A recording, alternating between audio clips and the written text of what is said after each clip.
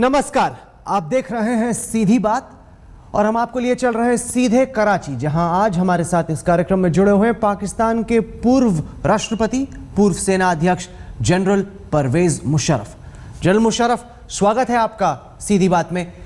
सबसे पहले तो आपका इंटरव्यू ऐसे वक्त पर हो रहा है जब हिंदुस्तान में अभी अभी डेविड कोलमन हेडली की कोर्ट में गवाही चल रही है और डेविड कोलमन हेडली जो कि लश्कर का एक आतंकवादी था, उसने आईएसआई और पाकिस्तानी आर्मी के लश्कर से क्या लिंक्स हैं उसके बारे में बहुत डिटेल से बताया है। उसका कहना है कि जितनी भी फाइनेंसिंग होती है, जितनी भी टेरर ट्रेनिंग होती है, जितनी भी मॉरल सपोर्ट होती है, उस सब काम में आईएसआई और पाकिस्तानी आर्मी के लोग होते हैं। और ये केवल उसका दावा नहीं, वो ये कह रहा है कि इन्होंने मुझे ट्रेन किया, मुझे फाइनेंस किया। क्या कहना है आपका जनरल मुशर्रफ?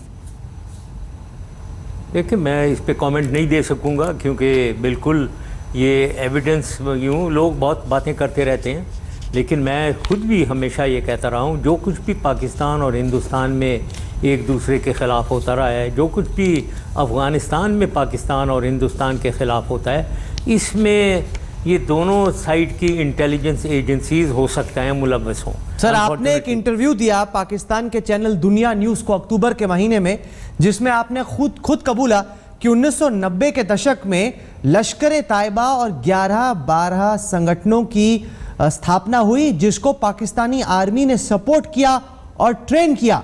यह आपका खुद का कबूलनामा था। तो पाकिस्तान के पूर्व आर्मी चीफ के तौर पे, पूर्व राष्ट्रपति के तौर पे आपने खुद पाकिस्तानी मीडिया से माना कि लश्कर-ए-तायबा को पाकिस्तानी आर्मी और आईएसआई ने ट्रेन किया। सर नहीं, ये तो मैंने नहीं कहा था लश्कर-ए-तैयबा को आईएसआई ने ट्रेन किया है। आई डोंट थिंक ये मैंने कभी भी कहा है। ये मैं ज़रूर कहता रहा हूँ कि देखें, कश्मीर एक डिस्प्यूटेड टेरिटरी है, तनाज़ा है, उसमें उसके ऊपर हम 3 जंगें लड़ चुके हैं। वो यूनाइटेड नेशंस रेजोल्यूशन ने पास किया हुआ है कि उसकी एक डिस्प्यूट है बिटवीन इंडिया एंड पाकिस्तान, जिसको एमिकेबली रिजॉल्व होना चाहिए थ्रू प्लेबिसिट। ये तो है। तो जो भी कश्मीर में इन्वॉल्व है, अनफॉर्चुनेटली वो आप लोग उसको टेररिज्म वगैरह समझते रहते हैं, लेकिन हम तो उसको फ्रीडम फाइटिंग समझते हैं। हम उसको वहाँ एक्टिविटी, मुजाहिदीन एक्टिविटी हम समझते हैं, और जो कोई भी वहाँ मुलव्वस है उनको हम बिल्कुल टेररिस्ट नहीं समझते हैं।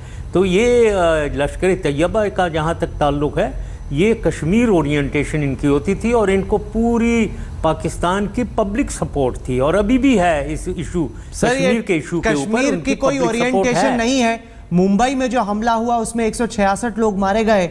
मुंबई कश्मीर से बहुत दूर है और उसमें सीधे लश्कर-ए-तायबा का हाथ था, जो डेविड कोलमन हेडली तफसील से बता रहा है कि किस तरीके से हफीज सईद आया, हफीज सईद ने मोटिवेशनल स्पीचेस दी, हफीज सईद के अलावा ज़कीउर रहमान ने ट्रेनिंग दी। ये सारी चीज़ें बहुत तफसील से वो बता रहा है। सर सही है। देखें, फिर वही असल में आप लोग एक चीज़ को लेते हैं, मुंबई को आप हमेशा बात करते रहेंगे। अनफॉर्चुनेटली इधर से कोई मीडिया वाला वहाँ नहीं जाता कि आपके प्राइम मिनिस्टर से बात करे और पूछे कि ये जो हमारे आर्मी पब्लिक स्कूल में हुआ है, ये 4 सद्दा में जो ये अभी बादशाह खान यूनिवर्सिटी में हुआ है, उसकी लिंकेजेस सारी हो रही हैं कि अफ़गानिस्तान से कंट्रोल्ड एलिमेंट्स और कंट्रोल उनका हिंदुस्तानी रॉ करती है उनको। ये सारी एक चीज बताऊं, तो उनकी असल में बातें होती नहीं है। कसब पकड़ा गया। अभी जब पठानकोट में अटैक हुआ तो भावलपुर में टेलीफोन कॉल्स हुई, सीधे संपर्क हुआ आतंकवादियों का भावलपुर में। ये आरोप पाकिस्तान तो लगाता है, लेकिन आपके पास एक आने का सबूत नहीं है इस बात को साबित करने के लिए कि हिंदुस्तान में किसी भी तरीके से पेशावर में जो हमला हुआ या आर्मी पब्लिक स्कूल में जो हमला हुआ, उसमें भारत की कोई भी एजेंसी इन्वॉल्व नहीं थी। कोई सबूत नहीं है, केवल खोखला दावा है। सर ये सबूत, वो अनफॉर्चुनेटली यस, आपका मीडिया और आपके इंटेलिजेंस वाले इन चीज़ों को सबूत बना लेते हैं। मैंने जो सोशल मीडिया पे पढ़ा है, मैंने तो बड़ी मजाक सुना है। वो ये जो टेलीफोन, जो सो कॉल्ड आप कह रहे हैं पठानकोट से जो टेलीफोन हुए हैं, उनका तो लोग कहते हैं कि वो तो कोई पता नहीं अजीब व गरीब बातें कर रहा है। वो कह रहा है मैं जा रहा हूँ, बहुत ही अजीब बातें उसकी मजाकिया खेज बातें उसकी हुई हैं। उसके ऊपर सर आपने सोशल मीडिया पे क्या पढ़ा है तो मुझे नहीं पता, तो वो लेकिन मैं आपको बता दूं सर, नहीं एक सेकंड, फिर वो नहीं एक सेकंड, ये एविडेंस थी जो आप कह रहे हैं, मैं उसमें नहीं बिलीव कर रहा हूँ। अभी हमारे लोग गए हैं, इन्वेस्टिगेट भी वो कर रहे हैं, उसके बाद देखते हैं कि क्या होता है। लेकिन अगर एकदम एक दिन के अंदर आपने टेलीफोन कॉलें भी पकड़ ली और सब कुछ हो गया, हमें तो यहाँ तो ये इन्फॉर्मेशन है कि वहाँ पूरे एक दिन पहले से बाज़ार बंद हुआ था, वहाँ वो दुकानें बंद कर दी गई थी। इन अदर वर्ड इसकी प्लानिंग पूरी हुई थी पहले कि यहाँ एक्शन होगा। हमें तो ये पता है, यहाँ मीडिया से ये पता है। हफीज सईद खुला घूमता है पाकिस्तान में और हमलों के दावे देता है, धमकी देता है कि पठानकोट जैसे और हमले होंगे और पाकिस्तान उसे रोक नहीं पा रहा। नहीं पता नहीं है मुझे वो पठानकोट की बात कर रहा है या नहीं कर रहा है। वो मुलब्बस वो कश्मीर ओरिएंटेशन उन लोगों का ज़रूर है, लेकिन पठानकोट का मुझे ख़बर नहीं है कि वो ये कहता फिर रहा है पठानकोट के बारे में। बट अगेन ये वन साइडेड डिस्कशन जो कंटिन्यूस होता है ना, इससे मुझे बड़ी आग लगती है कि ये आप लोग हमेशा उठाते हैं मुंबई, पठानकोट, कारगिल, ये बात करते रहेंगे, लेकिन कभी आप नहीं बात करेंगे भाई सियाचिन की भी बात कर लो, भाई बांग्लादेश की भी, ईस्ट पाकिस्तान की भी बात कर लो, समझौता एक्सप्रेस की भी बात कर, वो नहीं करेंगे आप। सर आप कह रहे हैं कि हफीज सईद क्या कह रहा है, उसका मैं नहीं बिलीव करता। आपको मालूम नहीं, मैं आपको बताऊं कि 4 फरवरी को हफीज सईद ने एक रैली दी जिसकी क्लिपिंग हमारे पास है, जिसमें वो कहते हैं कि क्या हमारे पास पठानकोट स्टाइल अटैक्स करने की, हमारी हिफाजत के लिए पठानकोट जैसे हमले करने की छूट नहीं है। अभी तो आपने एक ही पठानकोट पे हमला देखा है, ऐसे और होंगे। यह हफीज सईद ने पब्लिक रैली में बोला है, उसकी क्लिपिंग हम लोगों के पास है।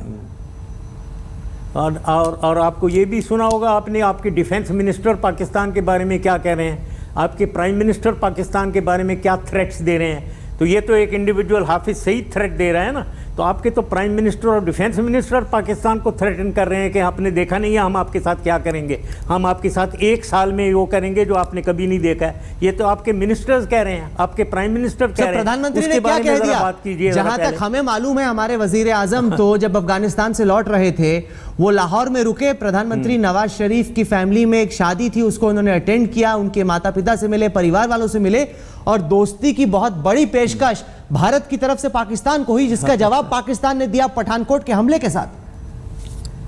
देखें, ये इस किस्म की हिपोक्रेसी जो है ना, ये बंद करें। ये अपने प्राइम मिनिस्टर को भी कहें कि ये हिपोक्रेसी बंद करें। अगर दिल से और दिमाग से आप करना चाहते हैं ना दोस्ती पाकिस्तान से, फिर आगे बढ़ें। ये गले मिलने, वहाँ आकर गले मिलने से कुछ नहीं होगा।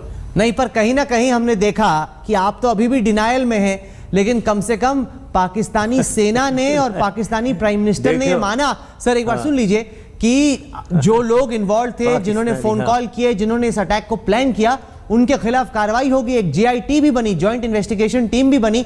पहली दफा मुंबई में ये नहीं हुआ, उससे पहले कभी नहीं हुआ, पार्लियामेंट के हमले के वक्त नहीं हुआ। पहली दफा पाकिस्तान ने माना कि पाकिस्तानी सरजमीन से अटैक प्लान किया गया और आतंकवादियों के खिलाफ कार्रवाई होगी। तो पहली दफा आपकी सरकार ने माना है सर। जो सही बात, चले अगर माने वो कर रहे हैं तो बस ये बात है। लेकिन अगर मैं सरकार होता तो मैं आपसे ये वो समझौता का भी डिमांड करता आपसे, और मैं सियाचिन के ऊपर भी डिमांड करता और आपसे एक्सप्लेनेशन, मैं ईस्ट पाकिस्तान की भी आपसे मैं एक्सप्लेनेशन लेता। क्या आपको लगता है कि इस वक्त पर हिंदुस्तान और पाकिस्तान आगे बढ़ सकते हैं? क्योंकि पाकिस्तान ने पठानकोट के बाद जो वादा किया कि आतंकवादियों के खिलाफ कार्रवाई होगी, जैश ए मोहम्मद के चीफ मौलाना मसूद अजहर के खिलाफ कार्रवाई होगी, हमने जमीन पर कुछ देखा नहीं है। यहां तक कि अब तक तो FIR भी दर्ज नहीं हुई है उन लोगों के खिलाफ। देखें, बात यह है कि आप इश्यूज ये ले लेते हैं जबकि उसकी कॉजेज़ की तरफ नहीं जाना चाहते हैं। मैं कहता हूं कि हम बिल्कुल आगे बढ़ना चाहिए, पाकिस्तान और हिंदुस्तान में बिल्कुल दोस्ती होनी चाहिए, हम भाईचारा होना चाहिए, एक दूसरे के फेवर में ट्रेड और इकोनॉमिक रिलेशंस होनी चाहिए, बिल्कुल होनी चाहिए। लेकिन जो कॉजेज़ ऑफ वॉर हैं, कॉजेज़ ऑफ डिस्प्यूट्स, ये जो आप कह रहे हैं पठानकोट हुआ, कश्मीर हुआ, जो कुछ भी है, इसके पीछे कॉजेज़ हैं। कॉज कश्मीर डिस्प्यूट है, इसको आप डिनाई करते रहेंगे क्योंकि आप हमें दबाना चाहते हैं। हम दबेंगे नहीं, पाकिस्तान दबना नहीं चाहता है, मैं तो कभी नहीं दबूंगा। कोई और लीडर दबना चाहता है तो दब जाए, लेकिन आपको समझना चाहिए हर इशू के पीछे एक कॉज होती है, उस कॉज के पीछे जाएं आप। सर आप कॉज की बात कर रहे हैं, मैं आप ही का एक पुराना इंटरव्यू है, पाकिस्तानी मीडिया को लगता है कि आपका रुख कोई और रहता है, हिंदुस्तानी मीडिया पे आते आते बदल जाता है। यही दुनिया न्यूज का एक इंटरव्यू है जिसमें आपने कहा हमने तालिबान को ट्रेनिंग दी, हमने उन्हें भेजा रूस, Taliban, Haqqani, Osama bin Laden, Zawahiri ये हमारे हीरो हुआ करते थे, आपके शब्द हैं, बाद में ये विलन बन गए। तो अगर Taliban, Haqqani, Osama bin Laden, Zawahiri आपके विलन बन गए तो जो बाकी आतंकवादी संगठन है, हफीज सईद, जैश-ए मोहम्मद, वो क्यों नहीं आपके विलन बने सर? देखें, बात यह है कि वो हीरो थे, इसमें कोई आपको हिस्ट्री नहीं पता। यहाँ 79 से 89 तक रूसियों के खिलाफ जंग हो रही थी, खाना जंगी, और अब पीपल ऑफ अफगानिस्तान की आवाम उठ गई थी और उनके सपोर्ट में पूरी वेस्ट थी और पाकिस्तान भी उनके सपोर्ट में था।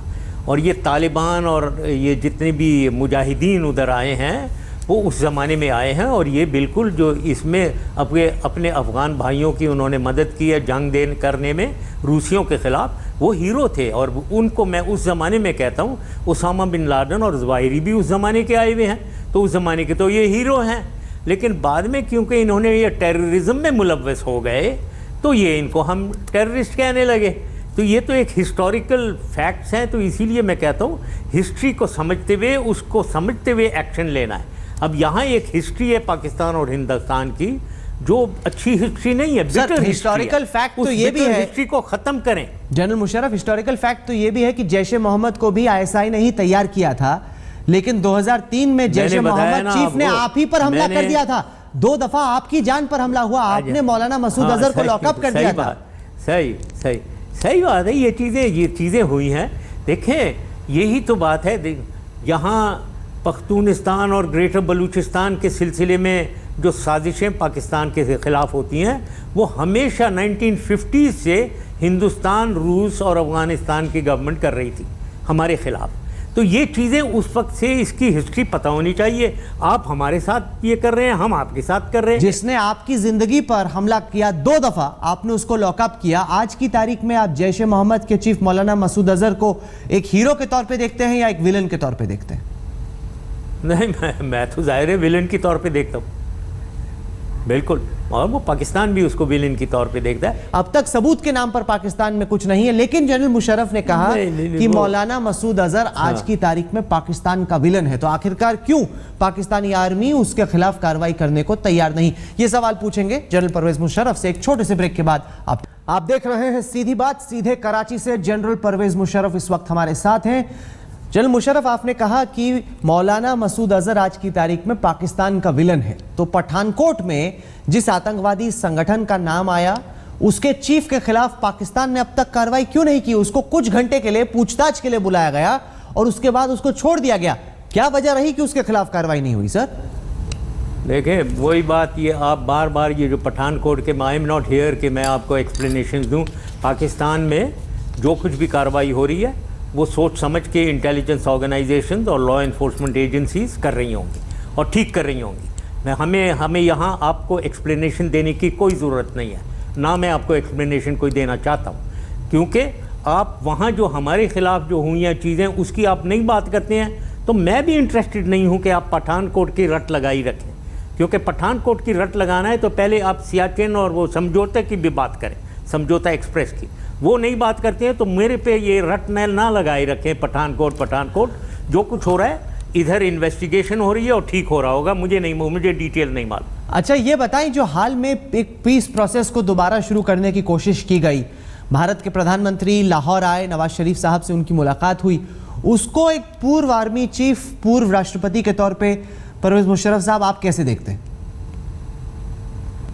देखें, आने को तो मैं वेलकम करता हूँ, मैंने कई दफ़ा कहा है, आना, मिलना, हैंडशेक, गले मिलना, ये सब अच्छी बातें हैं, लेकिन ये खोखली हैं अगर कॉन्क्रीट सब्सटेंस पे बातचीत नहीं हो रही है। ये सब चीज़ें दिखावा है, खोखली हैं, तो मैं खोखली ना रखें, इसे दिखावा ना करें, सब्सटेंस के ऊपर भी बात, गले मिलने के बाद तो बातचीत की तैयारी हो गई थी, पे बात करें। फॉरेन सेक्रेटरी जाने वाले थे, तमाम मुद्दों पर बातचीत होने वाली थी, बदकिस्मती से उससे बीच में आपने बंद कर दिया, आपने वो फॉरेन सेक्रेटरीज को रोक दिया, यूके पठानकोट हो गया ना सर, दिया ना, पठानकोट का हमला हो गया। अरे भाई देखो, देखो भाई ये होता रहेगा। यहाँ बच्चा खान यूनिवर्सिटी पे हमला हो गया और हमें मालूम है कि बच्चा यहाँ खान यूनिवर्सिटी में तो अफगानिस्तान से रॉ ने तालिबान के करवाया लोग है। इन्वॉल्व तो थे। ये क्यों नहीं वो लोग जो कि आपके पहले हीरो हुआ करते थे, वो लोग इन्वॉल्व थे। पहले जो हीरो थे अब विलेन बन गए, वही लोग इन्वॉल्व थे। चलिए जनरल परवेज मुशर्रफ, आपने अपनी बात कही, हम अपने दर्शकों पर छोड़ते हैं कि वो उस बात का क्या मतलब निकालते हैं। आप जुड़े हमारे साथ, इसके लिए आपका बहुत बहुत धन्यवाद।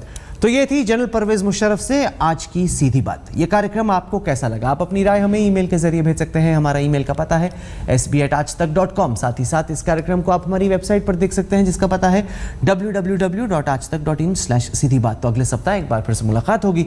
तब तक के लिए देश और दुनिया की बाकी खबरों के लिए आप देखते रहिए। दिल्ली में बीती रात हंगामा करने वाले लड़के लड़की को पुलिस ने गिरफ्तार कर लिया है। मेडिकल जांच में शराब की पुष्टि भी हो गई है और आपको ये भी बता दें कि इन दोनों पर आरोप है कि इन्होंने अपनी मर्सिडीज से एक बाइक सवार को टक्कर। Hello and welcome to another episode of Gadgets and Gizmos. My name is Gaurav Prethi and what's new? Well, we are in KL, Malaysia. It's a beautiful place where you find the tallest of the buildings, beautiful restaurants, clean roads and no cows. I wonder where